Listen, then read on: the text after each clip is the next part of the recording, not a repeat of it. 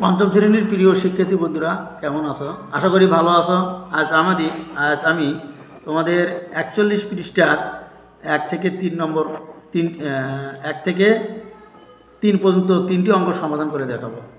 তো দেখো 1 নম্বরটার সমাধান যে 4/5 আবার 4/5 এখানে লব ও হর আছে। তাহলে আমরা হরগুলোর লসাগু বাই করব। হর 5 আর 5-এর লসাগু যদি আমরা বাই করি, দেখো 5 দিয়ে ভাগ দিলে 1 1 1 দিয়ে 1 গুণ করলে 1 1 দিয়ে 5 গুণ করলে 5, তাহলে আমরা লসাগু পেলাম 5।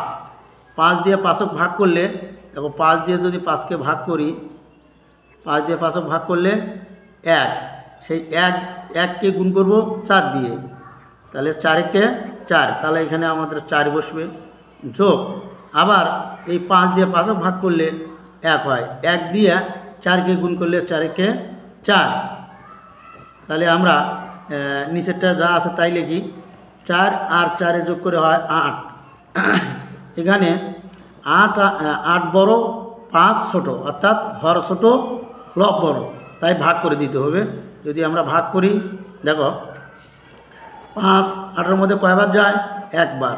5কে 5 বিয়োগ করলে 3, তাহলে আমরা এখানে লিখতে পারি 1 সমস্ত 3, অর্থাৎ 5-এর মধ্যে 3।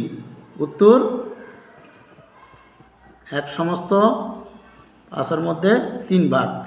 1 নম্বর সমাধানটি শেষ। 2 নম্বর সমাধান।